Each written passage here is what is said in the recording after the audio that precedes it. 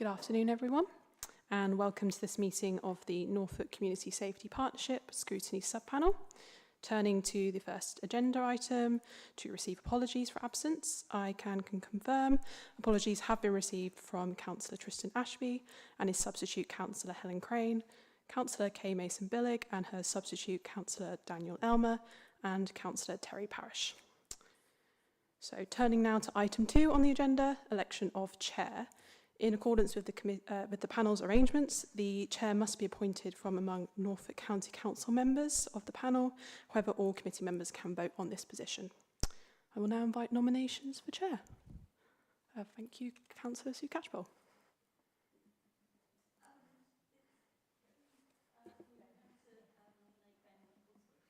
I'd like to nominate Ben Weston, please. Perfect. Do you have a seconder? Thank you, Councillor Boutikova. Any other nominations? No? Well, thank you. Congratulations, Councillor Weston. Please come and take the chair.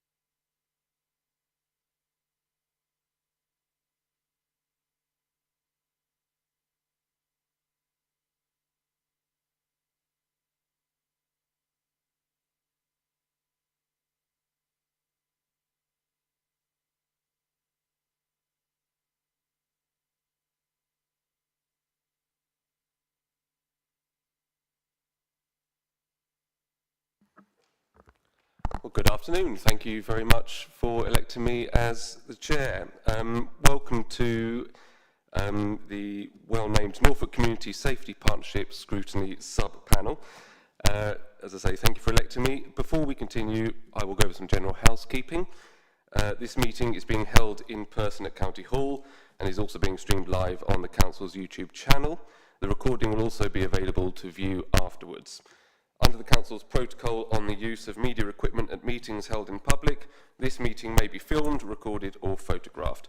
Anyone wishing to do so, must not be filmed. Anyone wishing to do so must inform me and ensure that it is done in a way that is clearly visible to everyone present.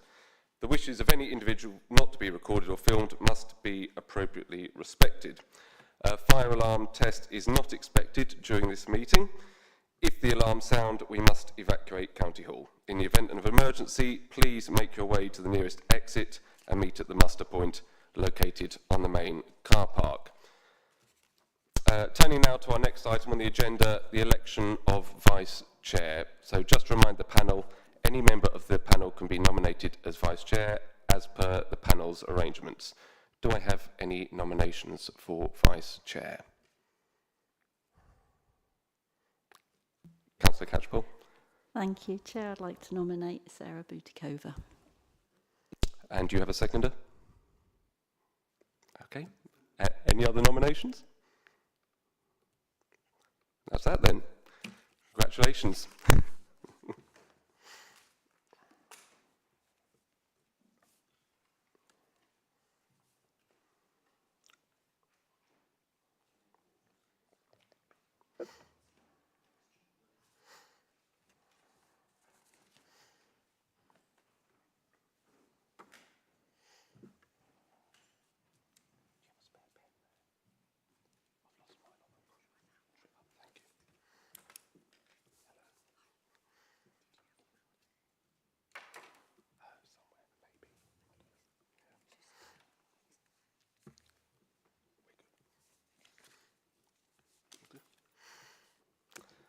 Okay, the next item on the agenda is to agree the minutes from the meeting held on the 27th of April 2026.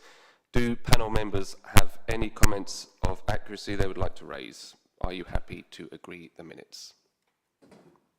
Yes? Show of hands? Good, that's agreed. Turning to item 5, declarations of interest. Can I ask panel members if they have any interests to declare on today's agenda? Nope. Good. Next on the agenda is item 6, updates from the chair. I don't have any updates for you today, but I will in due course. Okay, item 7, the Partnership Annual Report. Thank you to the Partnership team for the report at Appendix A and for partners' attendance today. Are there any matters you would like to highlight by way of introduction? Yes, please, Chair. So I'm going to start, then Amanda's going to come in on some of the project delivery. So just a couple of things really. I wanted just to highlight the dual purpose of this report, which I think is really important. I know it might seem obvious, but there are two important purposes. The first is the report, in terms of its publication, enables the responsible authorities within the partnership to get assurance that the OPCC who manage the partnership, the coordination of the partnership and the delivery of a number of statutory duties to give assurance that that is being done. That's been done effectively, and we've got a strong and effective partnership. And that links into our funding agreement with Norfolk County Council and partners. And obviously we've got representatives of our funding partners here today. So I think that element of this, the purpose of this report, is really important of why it's published. It also streamlines really our accountability out of the partnership to partners, and by integrating that in with the wider delivery report. Obviously the second purpose is to give an overview of the breadth and the depth of the partnership response to, or the partnership delivery against the priorities that are set out in our 25 to 28 plan. And I think obviously the report does that. It shows the enormous efforts that are being made and the role of each of the key partners in terms of doing that. Just if I can just thank the team and partners as well for kind of pulling this together. This is the first report, the first annual report we've created, and I think it really successfully not only demonstrates delivery, it also shows the integration between the various governance structures and related partnerships, ranging from road safety to the water safety forum, in terms of working together through one structure to deliver a number of priorities. Just in terms of a final couple of points to make, I think one of the central duties that we have as a partnership is to undertake domestic abuse-related death reviews. And I just want to point out, or maybe just reaffirm the point we've made at previous meetings, which is that we are seeing a growing number of DADAs, this, I don't know if that will continue, but we're probably managing more DADAs than we ever have. And that does take a tremendous amount of effort in terms of the team managing them, but wider partners. But obviously with DADAs are so essential in terms of our learning from domestic homicides. I wanted to point out that whilst the report probably doesn't go into this, there's been a whole range, a whole kind of work stream on sharing the learning of domestic abuse related death reviews, basically developing a thematic understanding and doing more communication and engagement with key organisations to ensure that that learning is embedded. There's a question, I think, that is continually asked, the extent to which are we doing that, are we sharing it, and are we responding to that? And we are. Although at the very last partnership meeting, we, I think, made a commitment to step that up again, to ensure that what we don't have is repeat learning. But I think that's really important. The other point I want to make is when you look at the reviews that are undertaken, you will see that the majority in this year have a relationship with suicide and basically people taking their own lives who are victims of domestic abuse. And we are strengthening the work we're doing with the suicide prevention group on a county-wide basis, and just wanted to give that kind of wider assurance. One final thing I want to pick up is, there was two other things. There's a small error in the report which basically says road partnership or road safety partnership not yet signed off. That will be fully signed off before we go to publication. And finally, in terms of the budget at the back of the document, the budget is there for full transparency. What it doesn't also include is the contribution that's made through staffing and resourcing vis-a-vis the OPCCN. So, for example, you won't see myself or Amanda or other colleagues referenced within that document. That's because we're just accounting for the funding that comes from partners, but we're an integrated team that continues, and there is a kind of broader resource base kind of delivering this. So, and if that's okay, I just want to hand over to Amanda for a couple of kind of highlights around delivery. I think this partnership should be really proud of itself because it's got some key achievements throughout the report, and hopefully you'll have picked up on them, especially in relation to serious violence duty. We as a partnership are working in a really robust manner. We have done since 2023 in relation to the response to serious violence duty, and our 4 priorities with domestic abuse, children, localities and drugs and alcohol ensure that we as a system work as a whole system, not just within Norfolk Community Safety Partnership, but also with the Health and Wellbeing Board, the Safeguarding Adults Board, the Safeguarding Children's Board and the Norfolk Drug and Alcohol Partnership as well. And that's also inclusive of your Suicide Prevention Partnership. And that's really, really important because we can't, as a partnership, work in isolation. We can't duplicate because duplicating any of the work doesn't make us work any smarter. In addition, one of the things that we're really proud of as well within the partnership, and it's a team focus with the partnerships, is ensuring that our data is evidence-led. The interventions that we are producing for our targeted youth support service and supporting our children's social care, for our transitions programmes for those 17 and over leaving care, working with our workforce development group, working across Children's Partnership. Again, it's evidence-led so that we know where we are spending our money, why we're spending our money, and it's also that question at the end, so what? What have you achieved? What have you done? That's vitally important because we have to, when working across all of our strands of all of our elements of business, need to ensure that we are getting the best value for the partnership money, but also responding to those statutory duties as well. Norfolk isn't funded under the prevent duty nationally. However, Norfolk has an absolute benchmarked home office that they can see that we are achieving best practice in Norfolk as well. And that letter has been sent to all of the partners. And it's making sure that we respond to those duties. We're responding on a national platform as well because under our data reviews, Liam Bannon has been working with the DA Commissioner's Office, ensuring that our recommendations for DADAs are responding in that national framework. What are we doing? Did we say what we said we were going to do on the tin with the partners, and what is the outcome for that as well? That's vitally important, not only to the partnership, but to victims' families. They need to see that there's been an outcome as well, and it has changed a system looking at protecting lives.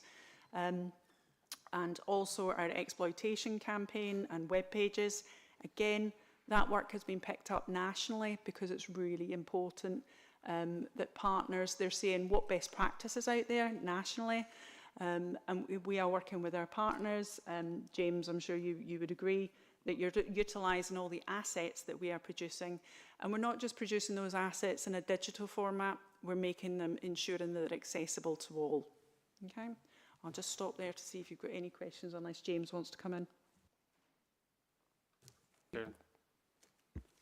Yeah, just to add to that, really, as one of the partners, I think in terms of the support we get from the PCC's office, in terms of the work they are doing to keeping us all on the straight and narrow in terms of the work and effort that they put in, that is really welcomed.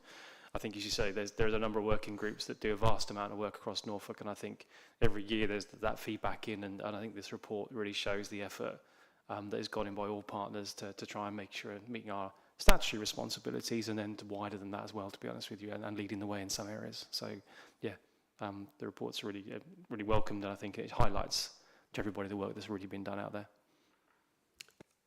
Thank you very much. Does the panel have any questions that they would like to ask? No? Okay. Thank you very much for that. Turning now to the actions required. Panel, are there any recommendations that you would like to make to the partnership?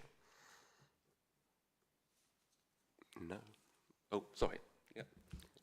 I don't think I want to make any recommendations. I just think we should commend the partnership on this piece of work, because it helps us see everything come together and how joined up it is. And for me, it helps to keep everything in perspective of where we're going and what we're doing. So I think it's really useful. I think it's a nice new report to have.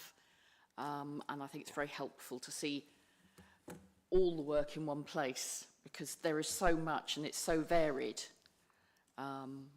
Some of the lines within it, I might ask, want to dig down a bit more into, but I suppose those are, maybe they're questions for when we specialise in those areas rather than for today. So thank you very much indeed. So, Councillor Martin. Thank you, Chair. I don't know if it's a recommendation, but just something that I possibly would like to ask, and in regards to data, because obviously we recently had the World Cup, and obviously with the messages that were very negative in the press around domestic abuse and violence, I just wondered if it would be possible, I don't know the time frame or the time lapse to gain sort of a screenshot of that data of was there an increase during that time, just so that's something that we can really focus on like another tournament. Well, obviously we'll have the Euros and then the World Cup again, because it tends to be that image of when there's a World Cup or any sporting event, and I'm not just saying the World Cup, that there's an increase. So it'd just be good to see if we're able to grab a sort of perspective of is it increased and what we can do to prevent. So just to, I think that's a really good insight. We can take that back to our domestic abuse and sexual violence group and make that as a request and a recommendation from yourselves. I think it's a really good point, Jade. I mean, we know, don't we, that unfortunately these kinds of events have an impact. So it'd be interesting to know. Yeah, I agree. I mean, I've got a question on that. Of the 12 ongoing reviews that have been running, how many have been running for more than, say, 6 months or 12 months? All of them. Okay.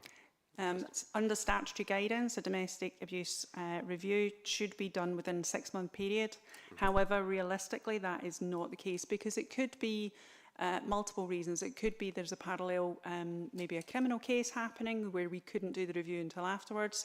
It could be that there is a police independent office review happening as well. And again, we wouldn't want to inhibit any of the work that they are doing. We already ensure that we work with domestic reviews in a timely manner. We work, in Norfolk has been one of the first ones to work with NHS England and also our Safeguarding Adults Board to ensure that the reviews are done in collaboration. And I think that's really important to look at as well. And be aware that the new statutory guidance for domestic reviews is due out imminently. And there is a more realistic time frame expected within that for when reviews are completed. But we do have to do them in a timely manner, and also in addition you will see when you read the reviews how that time has been spent, because again they cannot languish, because this is not assisting any families and it's not assisting that learning. Now please be reassured, because I think this is really important. We do early learning from the minute we are notified of a review with our partners. So we don't wait until we get to the end of the review, the end of the recommendations, to actually put those action plans into place. They happen as soon as we start identifying what any improvements to policy, to training, to awareness, to systems, that is imminent from when it has been identified. Thank you. That's interesting, and the work that's being done is evident. I think so. Just so I can understand, there's obviously increased staffing here, but it's not just a staffing thing in terms of the backlog, because you're saying there are more factors involved than just staffing to get that backlog of cases down. Is that correct? So I would like to say, Chair, there is no backlog. These Okay. are all active cases that are being worked on systematically. Hence why myself and my boss, Dr. Thompson, are taking these cases on ourselves so that we can ensure that the system is responding in a timely fashion as well. So there is no backlog. These are all running concurrently, and they could all be at different processes, from the Gold Group, where we're bringing the panel members together to identify any information, right through to waiting for the Home Office to send us the reviews back after they're quality assured. The backlog in relation to quality assurance is being robustly managed by the Home Office, because when we send it to the Home Office, there was a time frame of up to 6 months waiting for quality assurance. The Home Office is reviewing that and working to ensure that that is done in a timely manner. Thank you. Are there any further questions? The panel, Councillor Catchpole. Thank you, Chair. Just looking at page 19 of the report, I was really pleased to see that under increasing public awareness of crime issues, the local partnership delivered the Crime Stoppers Fearless campaign, and it says it was to empower young people to report crime anonymously. I was really pleased to see this, because reporting crime, especially being able to report it anonymously, is something which I think can provide an enormous amount of local intelligence. So I'm wondering, is that likely to be extended to non-young people, so that the general public are more aware that they can report crimes anonymously via Crime Stoppers?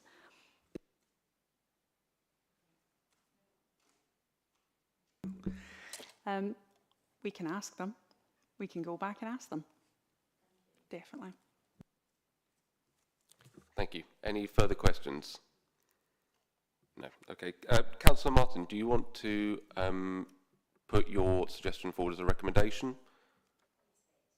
Do you have a proposer for that? Sorry. Okay. Yeah, well, a seconder for that? What would you like the wording of that to be? Yeah, you want to suggest? Yeah. Yeah, so just picking up what you've said, and obviously what the officers have proposed, is that you'd asked for consideration to be taken about the impact of specifically the World Cup and the correlation with domestic abuse over that time period. So that was your proposal, and then the suggestion was that officers would be happy to take that back to the appropriate review group. So the recommendation would be that that is taken back to that review group and considered for that particular period to look at correlation of data against that sporting event. Sorry, just to add on to that, to then use that data to then obviously hope it, unfortunately, if there is that increase, to help going forwards with sporting events as a whole, about around prevention and education and awareness. Thank you. Okay, yep, Gavin. Yeah, just if it helps, Councillor, that recommendation, yeah, obviously we can take that recommendation away, as Amanda said. Just give it a little bit of background, so and we'll feed this in. So I just wanted to just be really clear. So we actually, as a DAS group, we did a piece of work probably a couple of 3 years ago, actually, looking at the impact of major, it was football events in related to the impact of domestic abuse, and we've already done that exercise. So what we will do, we'll repeat that for this year's World Cup, and do exactly that. We've got the data, and we can see those trends, and it's something we do within the partnership as a matter of course. So we can do that. What we'll also do is maybe look at just a little bit wider as well, because in terms of how that is being responded to, as you said, it's not just football, it's other sporting events.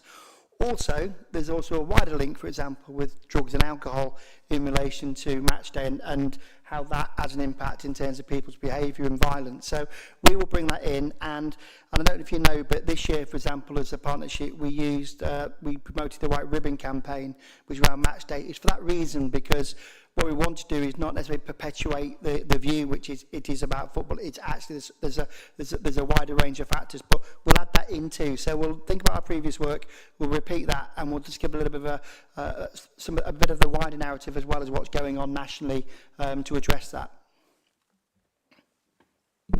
Yep, Councillor Muffin. I know you can't obviously give an exact time, but from obviously this period of time, how long does it normally take to kind of gain a sort of snapshot of... I'm just thinking, because then it would just be good to maybe put it on the forward plan, not the next, you know, in a couple of meetings ahead, to then like use that to reflect back on it. I think that's achievable. Next plan, okay. Okay, so the recommendation is to add the consideration of the correlation of World Cup and domestic abuse data into the next report. Yep, can I have a seconder for that, please? Councillor Catchpole, and a show of hands, please, to add that. Excellent, thank you. Right, thank you, panel. We're now turning to item 8, the anti-social behaviour case review.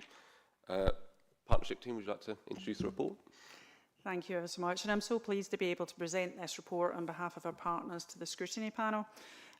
So as we know, ASB case reviews, it's a statutory safeguarding function under the ASB Policing Act, and it is intended to ensure that victims of persistent ASB can request a multi-agency review where previous responses have not resolved the issue. And just for a recap,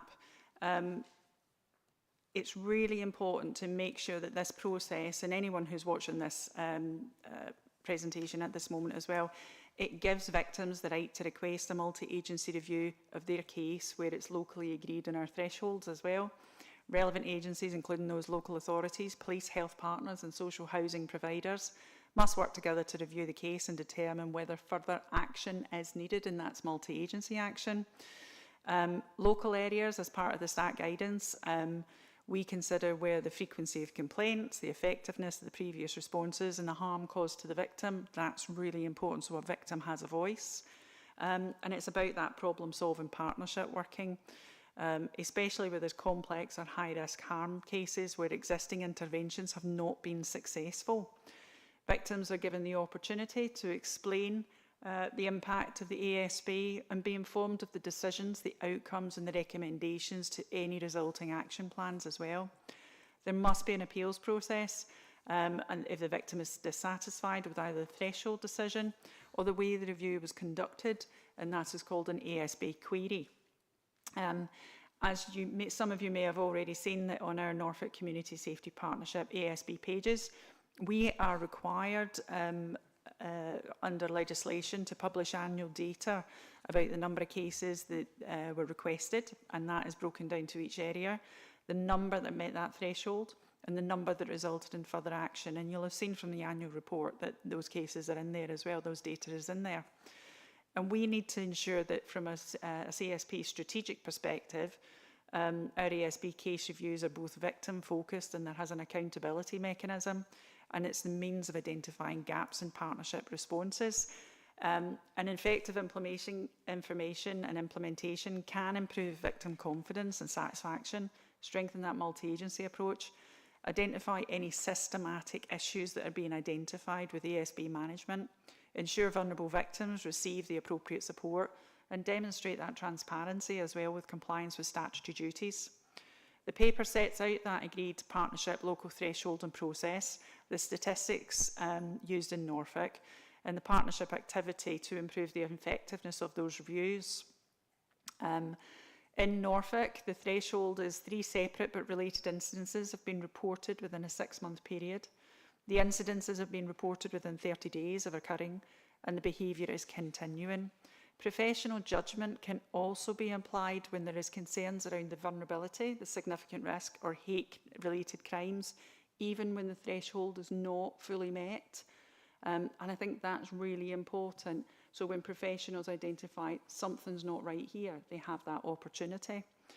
Applications, again, they've got to be accessible so they can be made online, by telephone, in person, or through an advocate, such as a counsellor, family member or professional. And that process, is, as I say, is publicly accessible through the local authorities, the police, their websites, their front counters.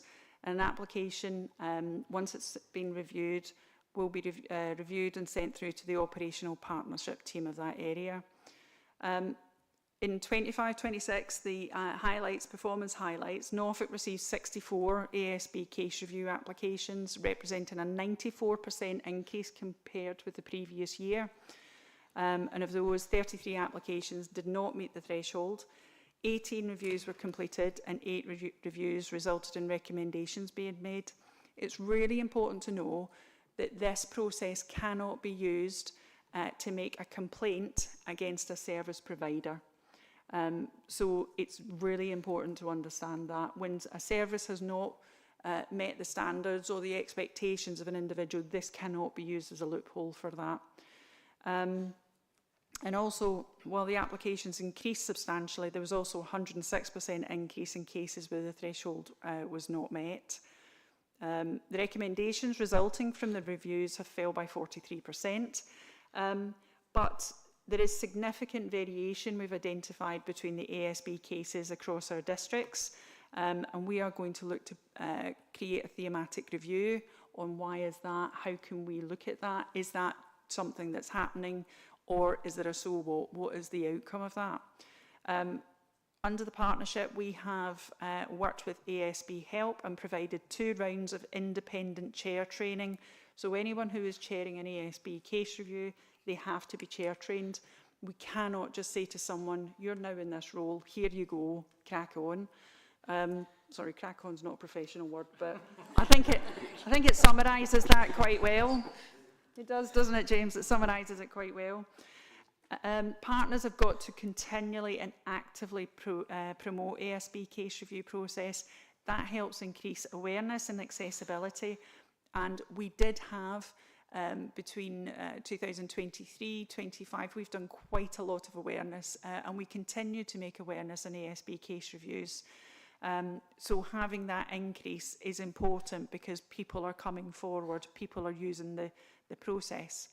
And as I say, we're going to review the ASB case review process, and the partnership will continue to monitor the training needs to maintain a strong cadre of independent review chairs across this partnership.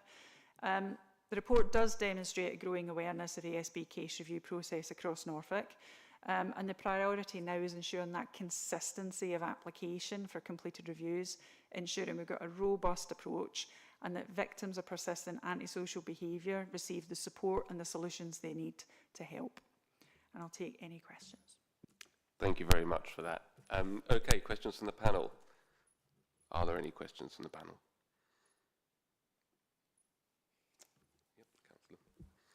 It's not really a question, it was just this report came at a very timely moment for me because I've been asked to get involved in looking into a case of antisocial behaviour within my district. And, you know, it was interesting to read and understand the background to it. So I think it's important, you know, to keep this information, you know, you know things, but they slip into your back memory. So for me, it came at a very timely moment, so thank you. I think it's, do we think people are reporting more because they're aware more or coming forward more? You know, that's quite a big increase. It's difficult to say, to be honest with you. I think probably there is a greater awareness now. I think there's been a push to make sure that it's very front and centre on people's websites and making sure that people are aware of it. And I think a lot of communication that goes out to people who are suffering with ASB issues, that they're aware that they can do this. So I think that's probably part of it. So I think that has improved. I think people are more emboldened as well to a certain extent, and they feel confident to do that now, and that it will be looked at in that independent way. So I think that's good as well. I am a trained ASB chair. I'm one of the independent chairs that's on the rota. So having done a few of these myself, they are very beneficial to the individual and obviously to the agencies as well, in relation to that ability to look at it completely independently and come back to them with a set of, normally just a set of quite simple actions that could actually improve things for them, or if they don't, we've tried everything that we can as a group of agencies. So I think they are really beneficial, and I think people are becoming more aware and therefore willing to say, yes, please, can I have this reviewed? And I think there's you see the figures, we as authorities and partners are willing to challenge back if we don't think it meets the threshold as well, and it's not just being used as a tool, as Amanda said, to get it for another way to try and achieve the same goal, because they've just been told that they're not necessarily going to get the outcome they want. Yeah, which is very important. It has to be fitting the right protocols and guidelines. Thank you.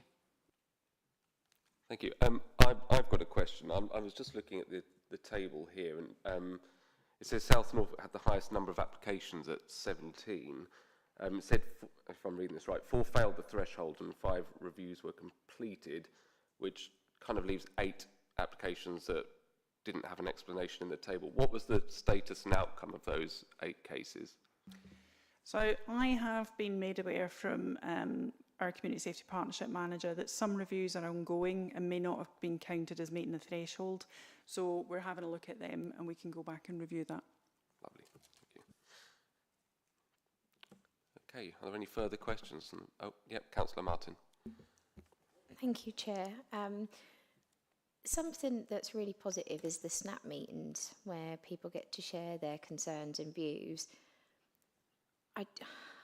Obviously, you see a lot of people report issues around antisocial behaviour online, Facebook being the perfect place, but obviously there's no sort of result from that. It's just people voicing their concerns.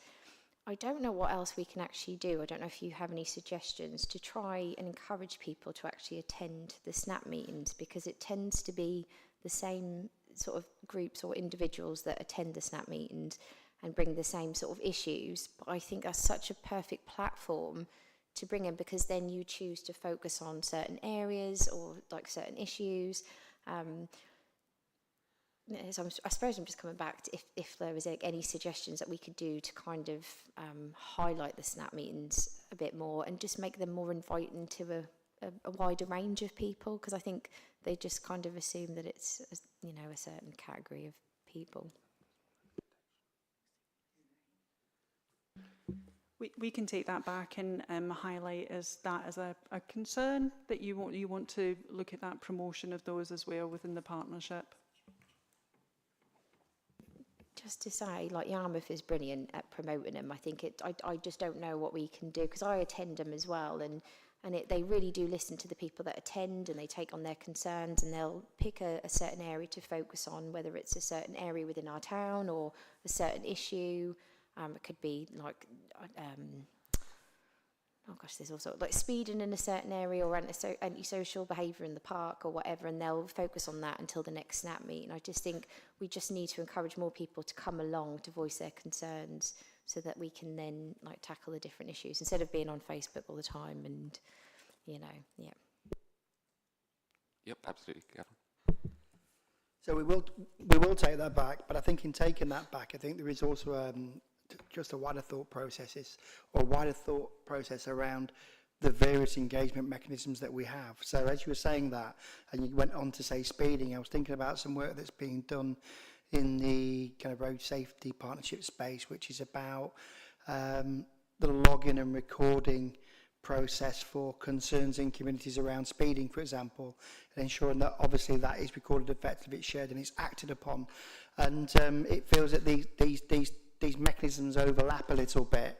And whilst I know that in, say, from a district council point of view, there is that local working where that kind of intelligence is brought together, I think maybe there is maybe, though, a piece of work looking at those mechanisms to ensure that, as you said, that SNAPs are effective, but ensuring that actually we make sure that we are maximising the information, ensuring that we're active on it, but also that we're communicating those mechanisms that exist.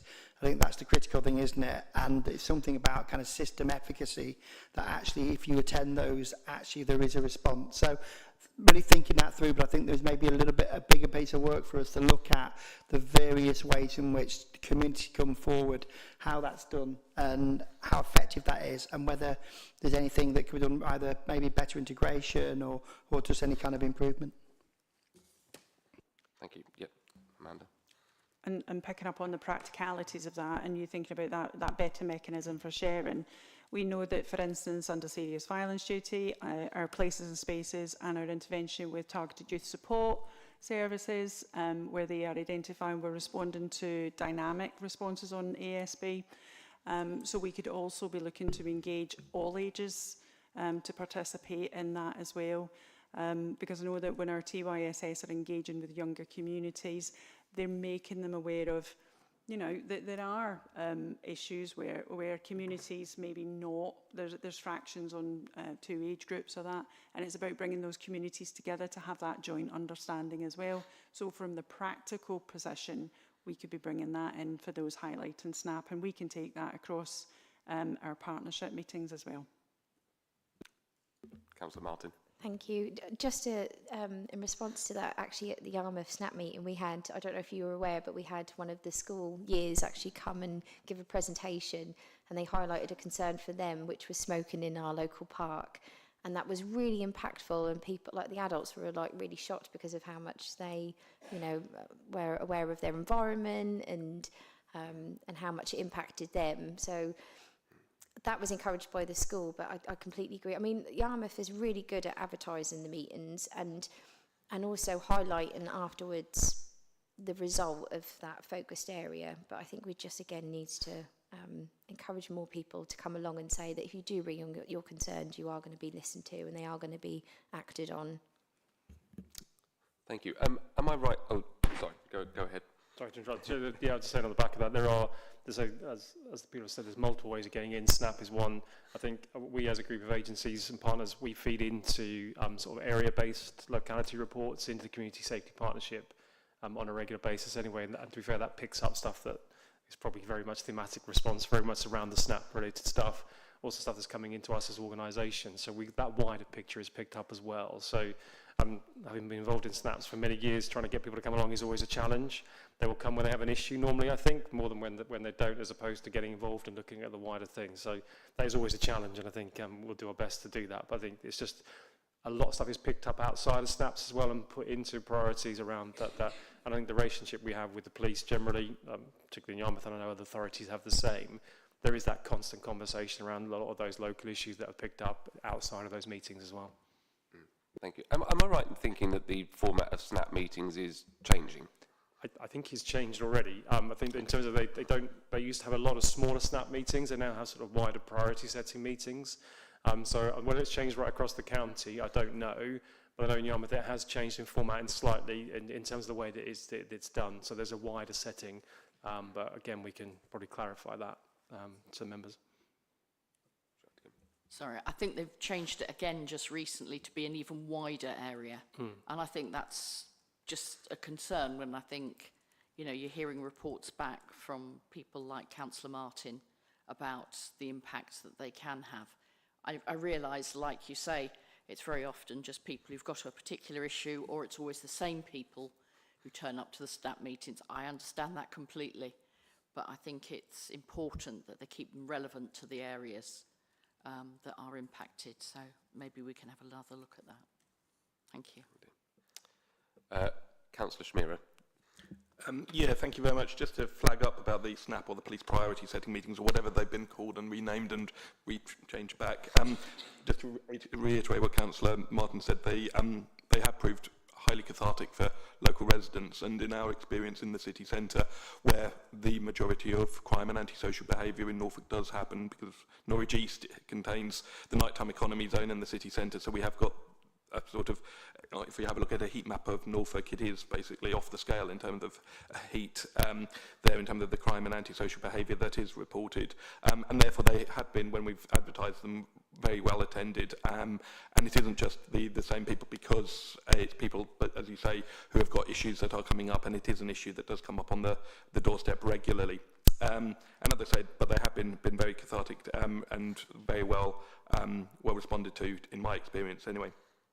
Linked to that, and I suppose going back to the report that you've got there, one thing is that issues do come up at these SNAP meetings that aren't necessarily reported in the figures that we've got for antisocial behaviour.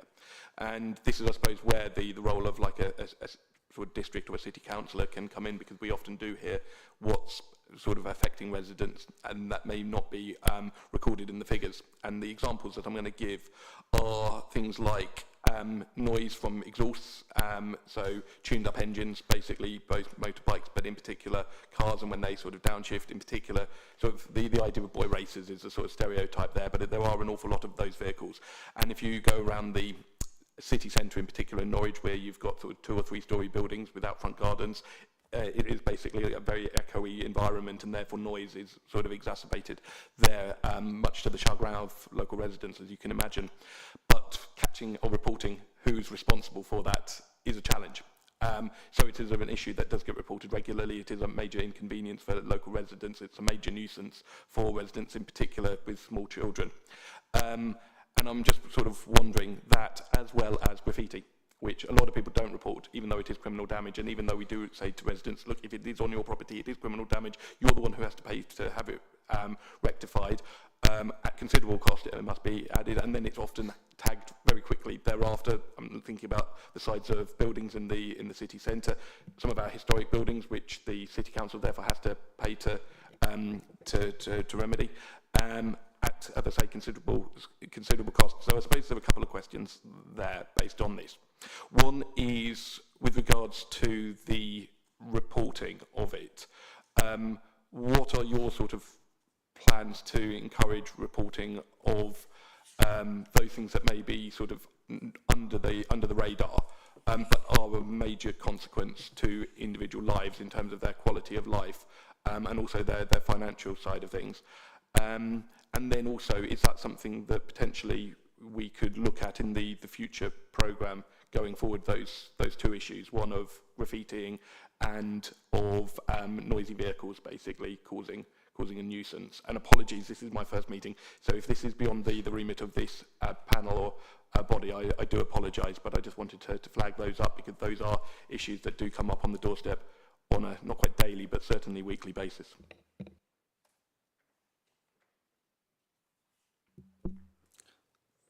Thank you ever so much.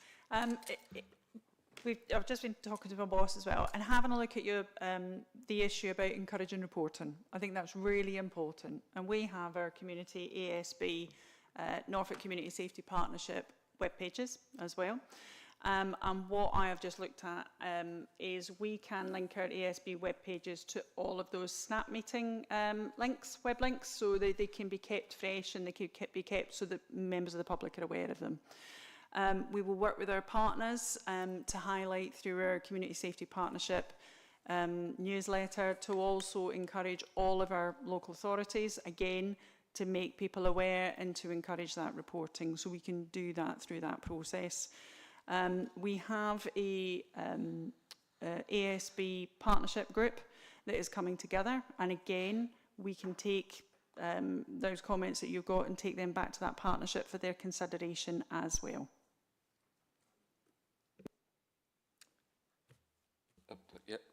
Just picking up on a couple of those points, I think in terms of that ASB group, I think in terms of ASB from vehicles, very much Norfolk-wide approach to that in terms of public space protection orders that have been put in place, and that has been a joined-up Norfolk-wide approach for those authorities that didn't have it previously, to come up with the same sort of wording, the same approach, so that that behaviour is not acceptable in Norfolk as a whole. We've had one in Yarmouth for a lot of years for the seafront reasons, but others have now, we've joined that up across Norfolk. So as soon as those type of issues get raised, and they do get raised, through the police and through others, that there's that partnership approach to that. I know that that's still on the radar of the ASB group that was mentioned. So those sorts of things are, if they're reported, or if at least there's anecdotally coming through to us, they are raised as an issue across Norfolk, and we do work closely together to help each other out to try and address those issues, because otherwise sometimes we just move one area to another area if you're making it hard. So we try and come up with that combined approach as well. Gavin? Yeah. So just to pick a couple of points up, and I think the point about where the point's basically relevant for this group, for my mind, in terms of the partnership they are. I think in terms of that type of information, I think that then helps us in terms of trying to look at understanding the data, just to not provide assurance, just give some background. So I think ASB is an area actually we've worked a lot on in terms of data feeds and data streams, because I think a number of years ago we were very much reliant upon policing data, and it was given a really skewed, probably a lower level picture of ASB, and what we recognised actually we all knew that actually the local authorities were capturing that data and more local, kind of local organisations. So we have done obviously we've done a lot of work on developing that data set, but obviously if there's more that could capture in terms of wider problems that are affecting people's lives, kind of ASB, then yes, absolutely, we would take that forward. As to whether the data's there, well, we don't know, but that wouldn't stop us, because it is about, as you said, it's a part of ASB that's affecting people's lives. I was going to mention this later, but I'm going to do it now, as I mentioned, in relation to future planning. At the last Community Safety Partnership meeting, it was agreed that we would adopt, under kind of wider rural crime, a new priority around heritage crime. And what there is actually now is emerging heritage crime group that have pulled together a Norfolk kind of heritage watch strategic plan. So it's interesting because you mentioned the heritage sites within the city, and part of that is the link across from ASB into and the impact on heritage sites as well. So, so I wanted to pick that up to say that is something that's strongly recognised, and I was going to propose that we bring that plan to the October meeting, because it's a new development, and enable you to kind of engage and kind of help kind of co-develop that as well. Councillor Catchpole? Oh, sorry. Sorry, thank you so much. I just wanted to come in as well. Working with the Norfolk Office of Data Analytics, we have been reliant on the police. We are taking our partnership data and we're bringing it into the Norfolk Office of Data Analytics. That means that we can overlay our partnership data, our policing data, and any other data that we have with any other partners where we've got it, maybe E&E data, where ASB has caused injury, etc., so that we can get a better representation of what's happening across that county. The ambition for those databases and those to make sure they're future-proof as well will probably be winter time, where we will have those built, because we've just moved everything from the policing side into that resource, which I think is really important. Thank you. Can I just check, is the committee happy to receive that in the next meeting? So just show of hands, please. Perfect. Thank you. Councillor Catchpole? Thank you, Chair. I was looking at page 2 under local threshold, and I have 2 cases in mind where there is long-standing impacts on residents from a particular individual, different cases, but and I'm looking at this where it says that there's a bar that's been set of having to have reported qualifying complaints, 3 within the last 6 months, and I know you said there was some movement on that, but unfortunately the perpetrators know this, and I think we need to be very careful about the impact on the mental health of people affected by ongoing situations where the perpetrator is aware and works the system, so to speak. And I wondered how we cover that off. I mean, below the bar incidents can be many. And for this situation to get resolved, if it takes years, the impact on people's mental health is phenomenal. I absolutely hear your concern, and I think it's really important to know that in the guidance and the stat guidance, and also with Norfolk as well, we've worked with our relevant local health services, our integrated care board, to be involved in the review when needed as well, because I think that's really important to understand the well-being of the individual when they've made that application, how they are feeling, how that has impacted them. So that's why there is that part within the stat guidance where we can include them and bring them along to the partnership meetings as well. So I think that is really key. Kevin? Just to add to that, I was just picking up on the point about the kind of ongoing nature and the kind of cumulative impact. And as I would do, I wanted to raise the fact that we do have victim services out there to support people during that period. So I'm thinking about Norfolk and Suffolk Victim Care, which is a PCC commissioned service, but obviously that is a crime. You don't have to report a crime to get support from PCC commissioned services.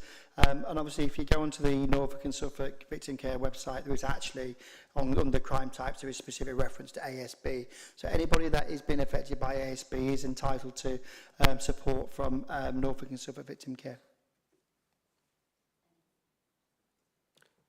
Thank you very much. I've got a question I'd like to ask. Is there currently a kind of simple counsellor protocol that we as counsellors can reference that defines point of contact, consent requirements, evidence needed, that kind of thing? So we will make sure in the minutes for this that you've got a copy of the ASB case review easy access document, so that gives you all of those, what the steps are, what the thresholds are, how to do it. That'd be really helpful. Thank you very much. Right, are there any further questions from the panel? No? No, good, okay. Right, turning to the actions, are there any recommendations from the panel? Nope.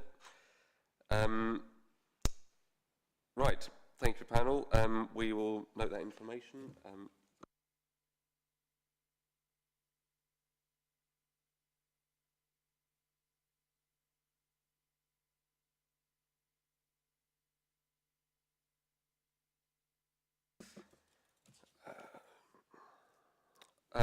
Are there any particular matters on which you'd like to request more information, panel? No. This could be either written briefing or information to be considered at a future meeting. Are there any further comments on how the antisocial behaviour case review process could be promoted, both to and by councillors, given our role as community leaders and potential advocates for residents affected by persistent antisocial behaviour? I think we've broadly covered that. Okay, thank you, panel. We note that information. Turning to item 9, the Forward Work Programme. Becky, would you like to introduce the report? Yep, thank you, Chair. The Forward Work Programme report is there for you from page 61 onwards. Obviously, it includes the meeting today. The Forward Work Programme is quite light at the moment. The only confirmed paper you've got is the domestic homicide reviews and the DADA report that's due in February, which is obviously picking up on the discussion from your earlier conversation and the items that were highlighted there.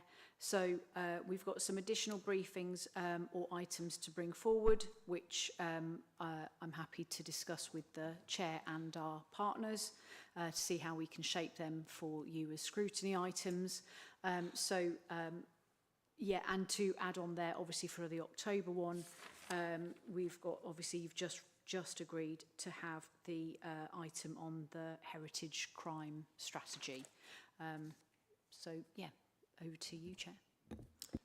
Okay, does the panel have any questions they'd like to ask? Nope. Okay. Yeah, so so the proposal in front of you is there to be agreed. If there's anything that you want to add or you want scoping out, now's the time to raise that and flag it, so we can obviously take that forward and scope those items out.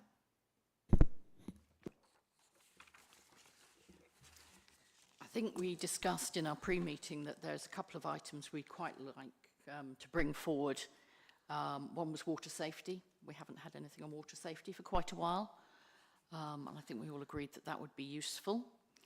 I think we talked about, we recently had, at the last meeting we had something about vehicle, and we tended to focus on the speeding element of that meeting rather than the killed and seriously injured aspects, and whether there's something about education and whether there's something, not necessarily on that one for the next meeting, but potentially for the meeting afterwards, because we only had that last time.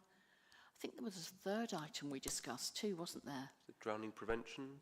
No, that comes under water safety. Oh, sorry. That's Modern right. slavery? Oh, just modern slavery. We'd really like to see something about that.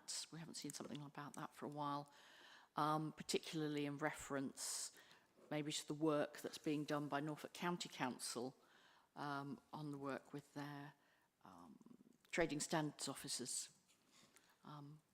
in relation to all the different businesses within Norfolk that tend to bring that to the fore.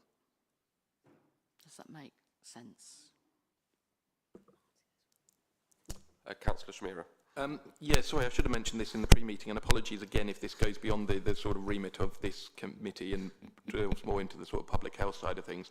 But Norwich, for a while, had some of the highest related opioid-related deaths, and that does obviously fit within sort of the crime side of things. So there's, or has this been done recently? Again, forgive my ignorance, but I'd be interested to hear a little bit about sort of drug-related deaths and what work is being done from a public health point of view or multi-agency point of view to overcome that and tackle that, please. Just to come in there, the Norfolk Drug and Alcohol Partnership sits under the Norfolk Health and Wellbeing Board.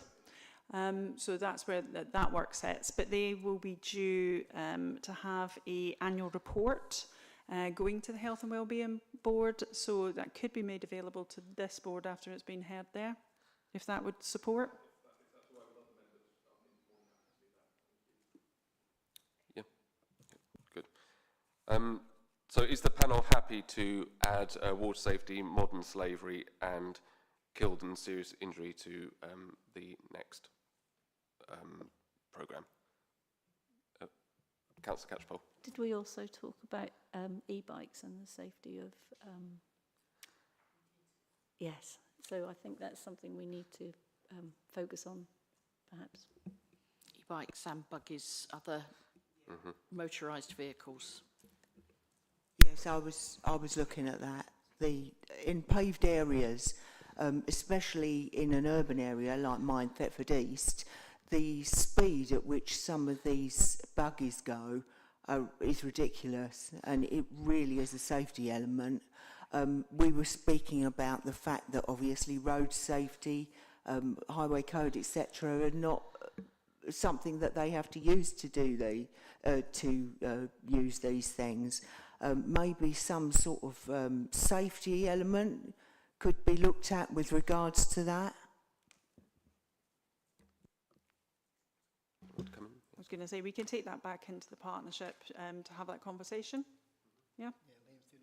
Yeah, do you want to?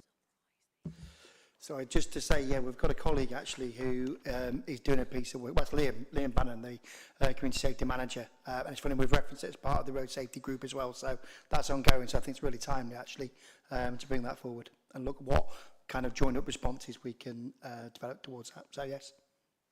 That's really helpful, thank you. And Becky, do you want to summarise? Yeah, thank you, Chair. Yeah, so in addition to the items that you've got on the forward work programme, you've raised water safety,